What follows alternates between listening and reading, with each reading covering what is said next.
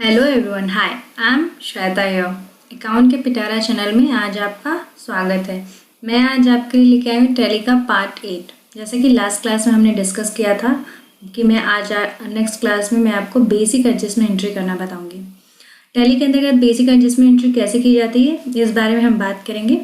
But उससे पहले मैं आपको बता दूँ कि एडजस्टमेंट एंट्रियाँ होती क्या हैं। एडजस्टमेंट एंट्री ऐसी एंट्री होती है जिनके ट्रांजेक्शन में यानी जिनकी एंट्री हमें डेबिट या क्रेडिट में कैश या बैंक नहीं आता है।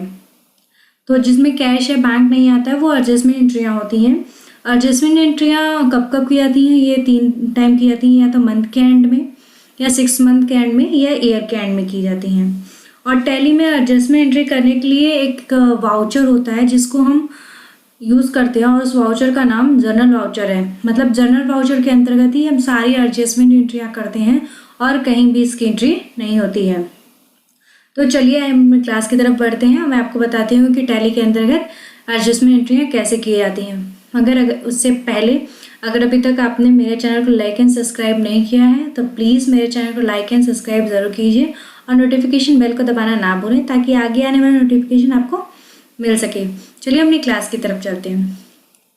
गेटवे ऑफ टैली में रहते हुए आपको अकाउंटिंग वाउचर में जाना है। अकाउंटिंग वाउचर को ओपन करने के बाद यहाँ से जर्नल वाउचर को सिलेक्ट करना है।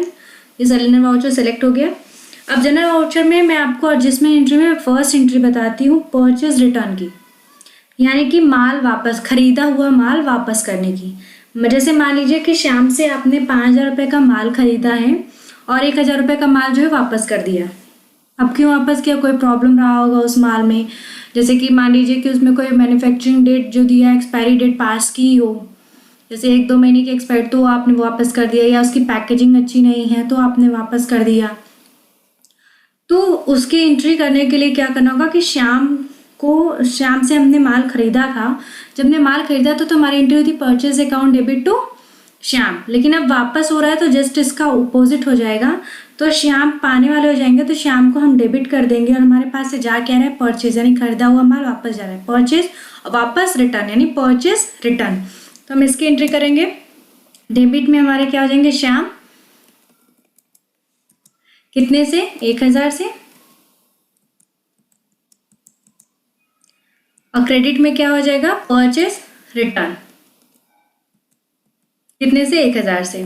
ये करके हम अपनी एंट्री एक्सेप्ट करा लेंगे। ये तो परचेज रिटर्न की होगी। अब हम आते हैं सेल्स रिटर्न पे, यानी हम हो सकता है कि जो माल बेचे हैं वो उसमें से कुछ माल वापस आ गया हमारे पास। मतलब हो सकता है कि हमारे माल में भी सेम वैसी प्रॉब्लम हुई पैकेजिंग का, या फिर कोई दिक्कत रहा हो तो उन्हें वो चीज़ें ना पसंद आई उतने का माल, तो वो हमें वापस कर देते हैं। तो जैसे कि हो गया, मान लीजिए राम को हमने माल बेचा था 10,000 रुपये का और उन्होंने 2,000 रुपये का माल वापस कर दिया। तो जब हमने राम को माल बेचा था तब हमारी एंट्री होती Ram account debit to sales.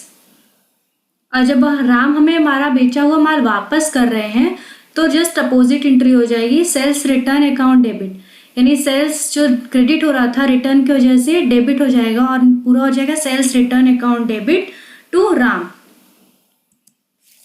यहाँ पे मैं सेल्स रिटर्न ले लेती हूँ। कितना रिटर्न हो रहा है? 2,000 हो रहा है।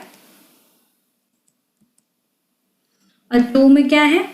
श्याम, सॉरी राम। ये एंट्री करके हम ऐसे एक्सेप्ट करा लेंगे, यानी जर्नल में परचेज रिटर्न सेल्स रिटर्न की एंट्री होगी। अब मान लीजिए कि आप कोई रमेश है, कोई पार्टी है रमेश जो है, उनसे आपने उधार कंप्यूटर खरीदा। तो आपके मन में आ रहा होगा कि जब उधार खरीदा तो परचेज वाउचर में इसकी एंट्री करें, लेकिन ये वैसी एंट्री इसमें की जाती है जो कि पर्सनल यूज़ के लिए किया, मतलब यूज़ करने के लिए हम खरीदते हैं। जो हम माल बेचने के लिए, मतलब व्यापार लोगों को तक पहुंचने आने के लिए खरीदते हैं, यानी लोगों को बेचने के लिए जो हम माल खरीदते हैं उधार में, सिर्फ उसकी एंट्री परचेज अकाउंट में होती है। लेकिन जो हम अपने व्यापार में खुद के यूज़ के लिए खरीदते हैं उसकी एंट्री जनरल वाउचर में की जाती है। तो जनरल वाउचर में करेंगे तो मान लीजिए कंप्यूटर खरीदा है हमने 10,000 का, तो कंप्यूटर अकाउंट डेबिट हो जाएगा। किससे खरीद रहे हैं? रमेश से, यानी आने वाली चीज़ को डेबिट और देने वाले व्यक्ति को क्रेडिट, यानी computer account debit to Ramesh. तो कंप्यूटर को हम डेबिट कर लेंगे। कितने का हमने कंप्यूटर खरीदा है? 10,000 का,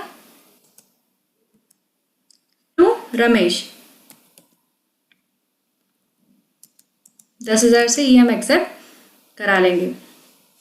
हमारी नेक्स्ट एंट्री आती है कि अपने पर्सनल यूज़ के लिए व्यापार से कुछ माल निकालना, मतलब अपने ही यूज़ के लिए। जैसे मान लीजिए कि ये किसी राम का व्यापार है और राम ने अपने ही व्यापार से अपने इस्तेमाल के लिए कुछ सामान निकाला है, तो जो हम पर्सनल यूज़ के लिए निकालते हैं उसको तो हम एक वर्ड से बुलाते हैं जिसे हम ड्राइंग कहते हैं। यानी पर्सनल वर्ड जो है उसको हम ड्राइंग से व्यापार में शो करते हैं। यानी ड्राइंग निकाला, ड्राइंग अकाउंट डेबिट हो गया। गया कि हमारे कंपनी से परचेज गया, खरीदा हुआ ही माल गया ना, तो खरीदा हुआ माल को परचेज कहते हैं। तो एंट्री क्या होगी, ड्राइंग अकाउंट डेबिट। कितने का माल हमने अपने मतलब निकाला है पर्सनल यूज के लिए, 1,000 का। क्रेडिट में क्या हो गया, परचेज 1,000 से, ये एंट्री हम एक्सेप्ट करा देंगे। अब नेक्स्ट एंट्री हमारी बनती है, वो है good distribute for free sample. मतलब कुछ ऐसे व्यापारी होते हैं जो कि अपने माल को बेचने से पहले कुछ लोगों के पास फ्री में सैंपल देते हैं कि आप पहले इसको यूज़ कीजिए, अगर आपको पसंद आता है तो आप हमें ये चीज़ का ऑर्डर दीजिए। तो फ्री सैंपल जब आप डिस्ट्रीब्यूट करते हो तो फ्री सैंपल आपके पास से जा रहा है, free sample account debit to खरीदा हुआ माल ही जा रहा है फ्री सैंपल के रूप में, तो टू परचेज। यानी फ्री सैंपल कितने का आपने फ्री सैंपल मान ली डिस्ट्रीब्यूट कर दिया, 500 का। अब फ्री सैंपल अकाउंट डेबिट हो गया, लेकिन किस में से जा रहा है, परचेज किए हुए माल में से 500 का, और ये एंट्री हम एक्सेप्ट करा लेंगे। नेक्स्ट एंट्री मान ली जाता है हमारा लॉस बाय फायर। मान लो कंपनी के जो है कंपनी में जो कभी आग लग जाती है और आग लग जाए या चोरी हो जाए तो उसमें हमारा कुछ हिस्सा माल का नुकसान हो जाता है, तो जिसको हम लॉस बाय फायर के नाम से दिखाते हैं। अगर जल जाता है तो लॉस बाय फायर, अगर चोरी होता है तो लॉस बाय थिप। तो हम यहाँ पे जले हुए माल की एंट्री करेंगे। तो लॉस बाय फायर में आपका कितना माल जल गया, 2,000 का माल मान लीजिए जल गया है। तो loss by fire account debit to purchase account, तो यहाँ हम loss by fire account debit कर देंगे। कितने का माल जल गया हमारा, 2,000 का, टू परचेज, क्योंकि खरीदा हुआ माल ही हमारा जला है।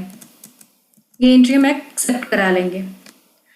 अब नेक्स्ट एंट्री क्या आती है कि जब आप अपने माल का इंश्योरेंस करा रखे हो, मतलब जो अभी माल जला 2,000 का और उस माल का आपने इंश्योरेंस करा लिया हो, और इंश्योरेंस कराने के बाद जो है इंश्योरेंस कंपनी ने आपके उस क्लेम को एक्सेप्ट कर लिया है, मगर अभी तक उसका पेमेंट नहीं दिया है। मतलब एक्सेप्ट का आ गया है आपके पास लेटर कि आपका जो भी था 2,000 का माल, उसमें से 1,000 रुपये का इंश्योरेंस क्लेम का एक्सेप्ट कर लिया गया है। तो वो एक्सेप्ट करने पर जो एंट्री होती है वो हो गया insurance company account debit to loss by fire account. हम यहाँ पे एंट्री कर देंगे इंश्योरेंस कंपनी अकाउंट डेबिट। कितने का माल उसने एक्सेप्ट किया, 2,000 का माल हमारा जरा था और हम मान लेते हैं कि 1,000 रुपये का उसने एक्सेप्ट कर लिया है। Account debit to loss by fire, कौन से का एक्सेप्ट किया है, जो हमारे लॉस बाय फायर मतलब चलने पर हमारे माल खराब नष्ट हो गए थे उनका क्लेम उन्होंने एक्सेप्ट किया है। ठीक है। अब नेक्स्ट आता है कि जब हम अपने कंपनी के एसेट्स पर डिप्रिसिएशन लगाते हैं।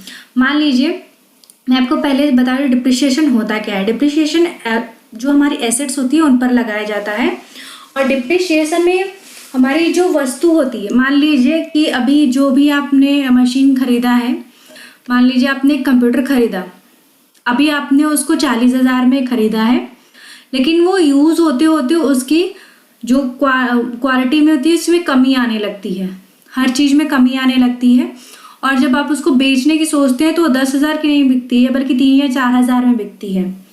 तो उस दौरान जो ये नुकसान होता है, मतलब 10,000 का सामान आप 2 साल बाद 4,000 में बेच रहे हो, जो आपका ये 6,000 का नुकसान होता है, इसकी भरपाई करने के लिए हर साल एसेट्स की डिप्रिसिएशन चार्ज की जाती है।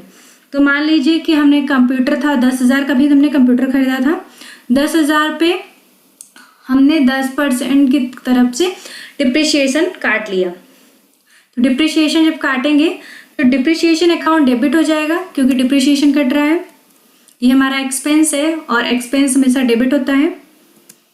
कितना डिप्रिशिएशन कटा? 10,000 का 10%, 1,000 रुपये। और क्रेडिट में क्या आ जाएगा? किस पर डिप्रिशिएशन चार्ज हुआ है, किस एसेट्स पे, उस एसेट्स का नाम। यहाँ पे मैंने कंप्यूटर लिया था तो मैंने कंप्यूटर एसेट्स दे दिया और इसको मैं एक्सेप्ट करा लूँगी। सो आई होप आपको अभी तक पता चला होगा कि जर्नल वाउचर में किस तरह से एंट्री की जाती है, एडजस्टमेंट एंट्रियाँ क्या होती हैं और ये किस तरह से की जाती हैं। अगर आपको कोई भी प्रॉब्लम है तो प्लीज़ कमेंट के थ्रू आकर के आप मुझसे डिस्कस कीजिए, मैं आपको प्रॉब्लम का सोल्यूशन ज़रूर दूंगी। और thank you so much for watching my video. And next video में मैं टैली के कैलकुलेशन ट्रिक और क्लियर कैलकुलेशन के बारे में बताऊंगी। सो आई होप आप मेरा नेक्स्ट वीडियो ज़रूर देखेंगे। तो मिलते हैं नेक्स्ट वीडियो में, चलिए बाय।